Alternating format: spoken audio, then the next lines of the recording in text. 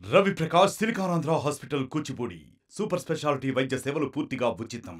బంగ్లాదేశ్లో హింస అలాగే కొనసాగుతుంది. హిందువులపై దాడులు జరుగుతున్నటువంటి దాడులను అరికట్టాలని చెప్పి ఎంతో ఒక సంఘటనకు సంబంధించినటువంటి హిందూ భారతదేశంలో కూడా ఒక ఆందోళన కూడా కొనసాగుతున్నాయి.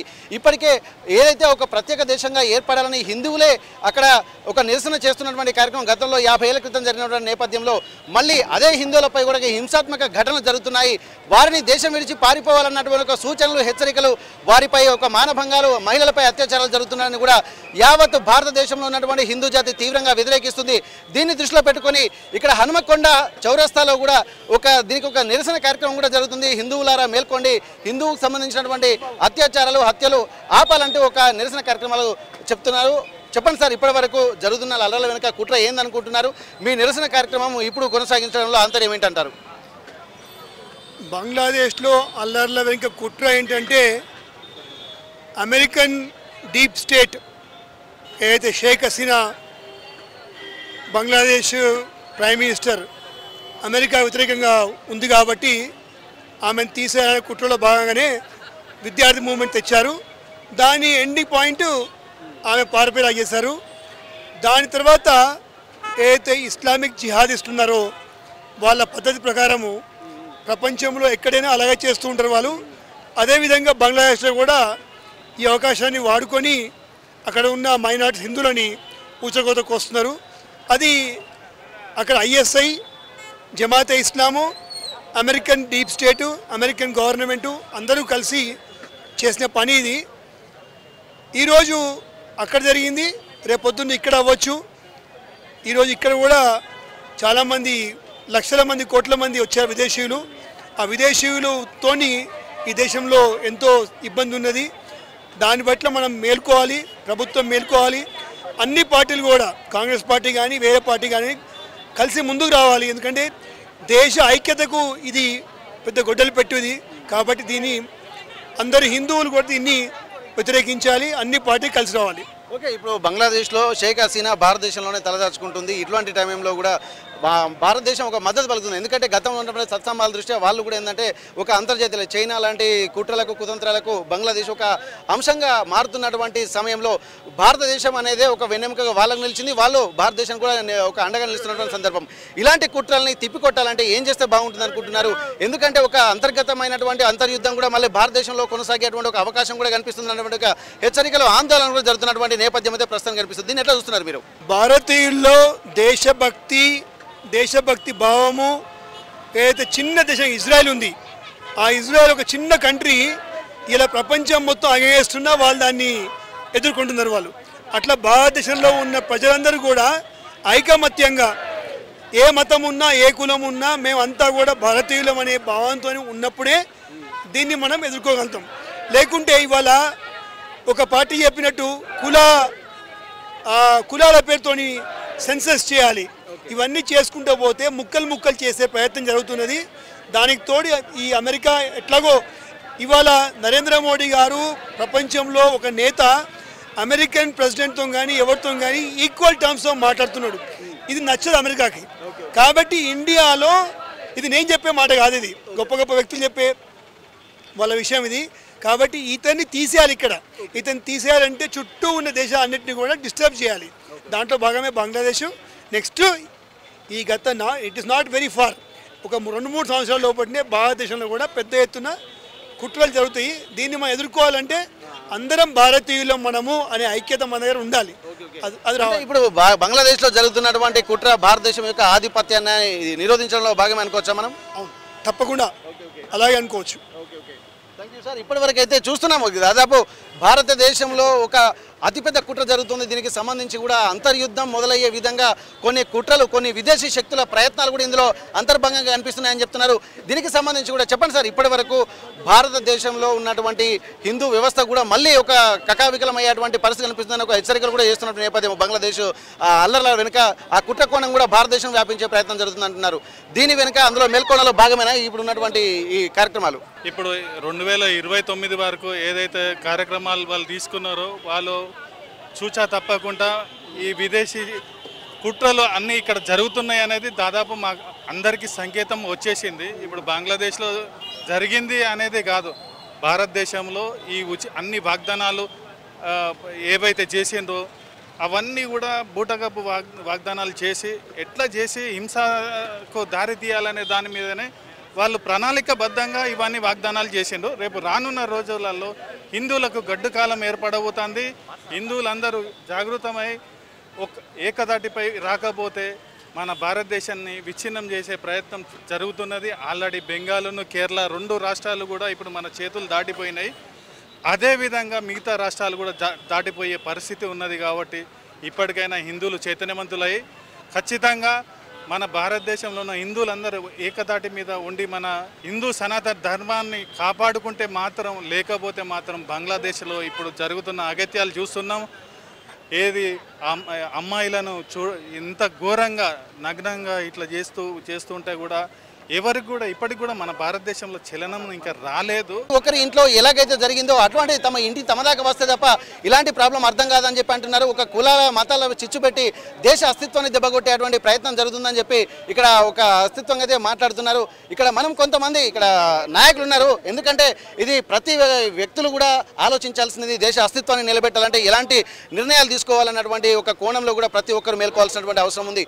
చెప్పండి మేడం, ఇప్పటి వరకు భారతదేశానికి వచ్చినట్టయితే కేరళ సంబంధించినటువంటి కూడా పరిధులు దాటిపోతున్నాయి. ఇంకా కొన్ని రాష్ట్రాలు కూడా దాటిపోయేటువంటి పరిస్థితులు కనిపిస్తున్నాయి. ప్రస్తుతానికి బంగ్లాదేశ్ ఇట్లాంటి బంగ్లాదేశ్కి సంబంధించినటువంటి ఘటన ఒక ఆజ్యం పోస్తున్నట్టుగా మనకు కనిపిస్తుంది. దీని చర్యను ఎలా చూస్తున్నారు మీరు? దేశ అస్తిత్వం నిలబడాలంటే ఏం చేస్తే బాగుంటుంది అనుకుంటున్నారు? జై శ్రీరామ్. అసలు ఇలా ఏదైతే హిందువులు ఇప్పుడు బంగ్లాదేశ్లో అంతకుముందు 23% ఉంది. 23% ఇలా ఏ విధంగా 7%కి పడిపోయిందో మనం చూస్తే అర్థమవుతుంది. హిందువులు ఎక్కడున్నా కూడా ఏ విధంగా మైనార్టీలు ఉన్నారు. అదే మన దేశంలో చూసినట్టయితే ఇలా హిందువులు మెజారిటీ ఉన్నా మైనార్టీ వాళ్ళు ఎవరైతే ఉన్నారో మైనార్టీలు అందరినీ గౌరవిస్తూ ఉన్నారు. కానీ వేరే దేశాలలో ఏ విధంగా ఊచకొత్తగా వస్తున్నారు, ఏ విధంగా బంగ్లాదేశ్లో ఏ విధంగా జరిగిందో మనం గమనిస్తూ ఉన్నాం. అంటే రాబోయే రోజుల్లో ఇవి ఒక సంకేతాలుగా కనబడుతూ ఉన్నాయి. ఇలా అస్సాంలో బిశ్వంత్ శర్మ గారు మాట్లాడింది, ఏ విధంగా మాట్లాడింది, ఇలా ఏ విధంగా రేపు రాబోయే 10-15 సంవత్సరాలలో మన మైనార్టీగా పడిపోయే అవకాశం ఉంది. అంటే ఒక చెడు సంకేతాలుగా కనబడుతూ ఉన్నాయి. ఇలా ఏమన్నా అంటే సెక్యులరిజం అని మాట్లాడే పార్టీలు ఇలా సెక్యులరిజం అంటే హిందువులను వ్యతిరేకం చేయాలా? ఒక హిందువులను వ్యతిరేకం చేసి వేరే మతాలను అన్నింటినీ గౌరవించడం సెక్యులరిజమా? ఇలా మాట్లాడితే సెక్యులరిజం మాట్లాడతాడు. ఇలా మాట్లాడితే రాహుల్ గాంధీ మాట్లాడతలేడు. ఇలా కులాల పేరిట గన్న చేయాలి, కులాల గణన చేయాలని మాట్లాడే రాహుల్ గాంధీ మరి ఇంత బంగ్లాదేశ్లో ఇంత ఊచకోత జరుగుతుంటే, హిందువుల పేరిట ఇంత జరుగుతుంటే ఎందుకు మాట్లాడతలేరని నేను అడుగుతా ఉన్నా. అంటే కాబట్టి రాబోయే రోజుల్లో హిందువులంతా ఒక్కతాటి మీద ఉండి మన భారతదేశంలో ఇలాంటివి జరగకుండా హిందువులందరూ ఒక్కతాటి ఉండాలి. పార్టీలకు అతీతంగా హిందువులందరూ ఒక్కతాటి మీదకి రావాలని నేను మీ ద్వారా తెలియజేస్తాను. ఓకే, అయితే ఇప్పటికే దాదాపు కుల గణన పేరుతో కూడా ఒక హిందూ ధర్మంలో కూడా విచ్ఛిన్నం చేసేటువంటి కుట్రలు జరుగుతున్నాయని చెప్పి అంటున్నారు. దీనికి సంబంధించి ఇవన్నీ మరోసారి పునరావృతం కాకుండా హిందూ దేశము భారతదేశం యొక్క అస్తిత్వం నిలబడాలంటే దానికి సంబంధించిన ఒక యూనిట్గా ఉండాల్సింది. ఖచ్చితంగా దీనికి సంబంధించి ఒక్కొక్క ప్రాంతాల్లో ఒక్కొక్క విభేదాలు ఉన్నప్పటికీ కూడా మనమంతా ఒక్కటే, మనమంతా భారతీయులం అన్నటువంటి ఒక స్పృహ ఉంటే మాత్రమే దీని నుంచి ఎదుర్కోవచ్చు అన్నటువంటి ఒక ఆలోచనలు కూడా చేస్తున్నటువంటి పరిస్థితి. దీనికి సంబంధించి కూడా కొంత యువకులు కూడా మాట్లాడుతున్నారు. ఒక్కసారి మనం చూద్దాం వాళ్ళతో కూడా, వాళ్ళ మాటలు ఏం మాట్లాడుతున్నారో. చెప్పండి, ఏంది విషయాలు, మీరు ఏం చెప్పదలుచుకున్నారు ఇప్పుడు ఉన్నటువంటి బంగ్లాదేశ్లో జరుగుతున్నటువంటి కార్యక్రమం, ప్రస్తుతం ఉన్నటువంటి వ్యవస్థ మీద? బంగ్లాదేశ్లో ఎంత నీచంగా ఆడబిడ్డలపై అత్యాచారాలు చేయడం అనేది చాలా హిందువులపై అత్యాచారాలు చేయడం చాలా ఇబ్బందికరంగా ఉందండి. వాస్తవానికి మన భారతదేశంలో మన నరేంద్ర మోడీ గారు ఉండడం వల్లనే ఇలాంటి సంఘటనలు, ఇలాంటి అవకాశాలు ఏముంటట్లేదు. మా నరేంద్ర మోడీ వాస్తవానికి దేవుడు లాంటి వాడు.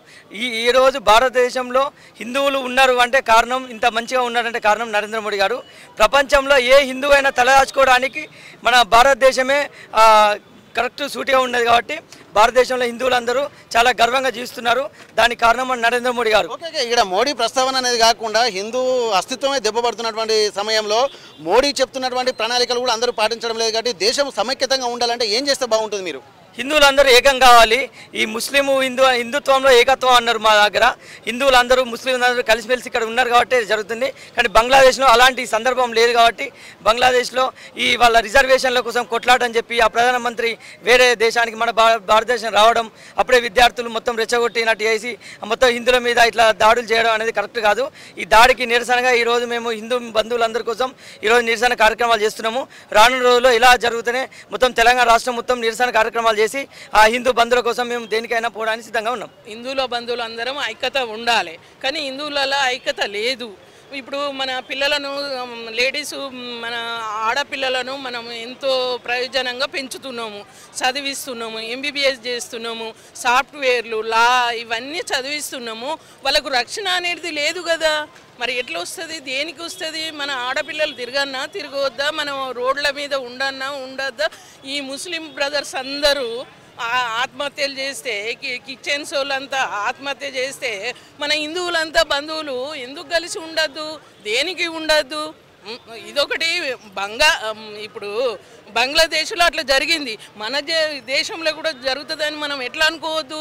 మనం ఇప్పటి నుండే ఐక్యత సమైక్యగా హిందువులం అందరము, ఒక లేడీస్ అయినా జెంట్స్ అయినా అన్నీ ఏ మతం ఏ కులం అని మనం ఇక్కడ ఇస్తున్నాము, రెస్పెక్ట్ ఇస్తున్నాము. కానీ ముస్లిం సోదరులు మనకు ఇస్తలేరు, మన క్రిస్టియన్ వాళ్ళు మనకి ఇస్తలేరు. కానీ మనం ఉన్న వాళ్ళమైనా ఐక్యతతో ఉంటే మన పిల్లలకైనా, మన తల్లులకైనా, మన అక్కలకైనా, మన చెల్లెళ్ళకైనా, మన అన్నలు చెప్పాలి. ఇవన్నీ ఉంటేనే కదా రేపటి పౌరులు, రేపటి స్త్రీలు బాగుపడేది. ఇట్లా లేదు కాబట్టి మనం ఇప్పటికైనా మేలుకోవాలి హిందూ బంధువులారా అని దండం పెడుతున్నా. నేను ఒక న్యాయవాదిని. ఇక్కడ హన్మకొండ జిల్లాలో హిందూ సంరక్షణ సమితి తరపున, హన్మకొండ జిల్లా తరపున ఈ సమావేశం ఏర్పాటు చేయబడినది. బంగ్లాదేశ్లో హత్యలు, అత్యాచారాలు, మహిళలు అనే ఆ మహిళలను ఎంత కిరాతకంగా వాళ్ళు, అంటే అక్కడ హిందువులు అనే వాళ్ళు ఉండకూడదనే ఉద్దేశంతో బంగ్లాదేశ్లో తుదముట్టించాలనే చూస్తున్నారు. హిందువులు అనేది బంగ్లాదేశ్లో ఉండొద్దు. కానీ బంగ్లాదేశ్ ఏర్పడినప్పుడు 20% వరకు జనాభా ఉంటే ఇవాళ 8% జనాభాకు వచ్చింది. పాకిస్తాన్లో ఏ విధంగా అయితే తుదముట్టించిందో హిందూ జనాభాని, ఇవాళ బంగ్లాదేశ్లో కూడా అదే తుదముట్టించాలని ఆలోచన. సెక్యులర్ పార్టీలు అనుకుంటున్న మన ఇవాళ భారతదేశంలో సెక్యులర్ పార్టీలు అయిన మిగతా పార్టీలు కూడా ఈ ఇష్యూ మీద రాహుల్ గాంధీ గారు కావచ్చు, రాష్ట్ర ప్రభుత్వాలు కావచ్చు, ఈ హిందువుల బంగ్లాదేశ్ మీద దాడుల మీద ఎవరు ఖండించట్లేదు. గాజా మీద ఖండిస్తున్నారు తప్పించి మన భారతదేశంలో రేపు భవిష్యత్తు రేపటి హిందువుల పరిస్థితి ఏంటి? ఇవాళ మైనార్టీగా ఉన్న 15-20% ఉన్న వీళ్ళ దాష్టికాలు మెజార్టీ ఉన్నామని బంగ్లాదేశ్లో, పాకిస్తాన్లో అలా మలతో మిడిస్తే రేపటి ఇక్కడ ఏంటిది? ఖచ్చితంగా ఆ బంగ్లాదేశ్ సపోర్టిగా హిందూ మహిళలకు ఆ అన్యాయాలను మన భారతదేశం తరఫున ఖండిస్తూ భారతదేశం ప్రధానమంత్రి మోడీ గారు వాళ్ళకి రక్షణ నిలబడాలని, భారతదేశంలో ఉన్న హిందువులకు కూడా, మహిళలకు, మిగతా మెజార్టీ జనాభా కూడా రక్షణ కల్పిస్తూ రేపు భవిష్యత్తులో ఈ భారతదేశాన్ని ఉన్నత స్థితికి తీసుకుపోవాలని, యుఎన్వే కూడా సరి అయిన హక్కులను మా పరంగా హిందువులకు జరుగుతున్న అన్యాయాలను ఖండించాలని కూడా మేము కోరుతున్నాము. విద్యాసాగర్. మరిన్ని వీడియోస్ కోసం ఛానల్ ని సబ్స్క్రైబ్ చేయండి, లేటెస్ట్ అప్డేట్స్ కోసం వాట్సాప్ ఛానల్ ని ఫాలో చేయండి, అండ్ లింక్ డిస్క్రిప్షన్ లో ఉంది.